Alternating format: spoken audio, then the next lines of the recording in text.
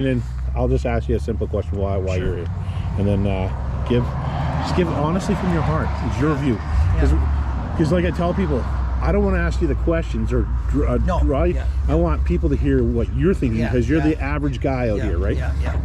1, 2, 3. Okay.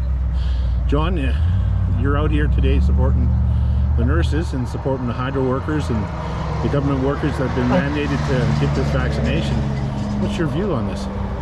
Well, I mean, like anything, as life goes, we'd like to have choices. And the way this is being mandated, or the way that they're going about it, isn't giving us a choice. You know, myself, I live a really healthy lifestyle. I've got a really great immune system. You know, I actually had COVID for 8 days, and I got over it, you know. And so for them to enforce a vaccine, well, so-called vaccine, it's actually an RNA, for them to enforce that without, and the only way they were able to get it out there was through the Emergency Act, which also concerns me too, is that normally there's all kinds of testings that goes into these things with mice and rats and all that kind of stuff, and that never happened.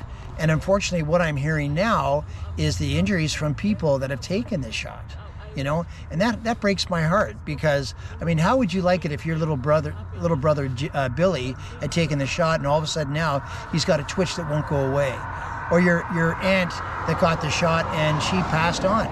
Well, and that's the other thing, is I don't hear them talking about the so-called potential side effects. When I go to the doctor, if I had to get something, medication, I'd ask him, what are the side effects? And he'd list off what they are.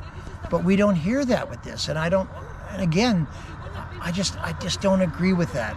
I think that, you know, if they'd be more upfront with us, where the side effects and what kind of testing that's been done and on, then maybe I would think about getting it. But the way that they've gone about it is forcing you, like nothing short of get down on the ground and we're going to stick this needle in you know? And that's what it looks like it's coming to, which is terrible, right? And so I look around at all the businesses that are closing now, all these restaurants, because now they've got to enforce those mandates. And we lost 20,000 restaurants last year to this. And now, because of these new measures, guess what? I'm hearing about even more that are going to shut down. So where's that going to go? How does that affect that girl or that guy that has to work at the restaurant, the cook, the waitress, or the owner that is paying his mortgage? Every small business in this community that supported our young kids growing up to have jobs, to have money, are all being shut down, shut out. And these big corporations are staying open. Yeah. It's a narrative that's been going on through this whole pandemic. Well, and that's the thing that puzzles me. I've got a nice restaurant that they make their own food, and it's really good food, and they have to enforce it. But you can go to McDonald's and they don't have to.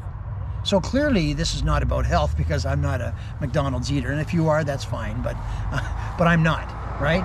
So if it was about health, then I could see it, but just a lot of things just don't seem to line up. And all I want to say is that after all this time, doesn't it seem like something's just not right? And anyways, I just want to leave it at that, but thanks so much. Thank you for coming out and helping. You bet.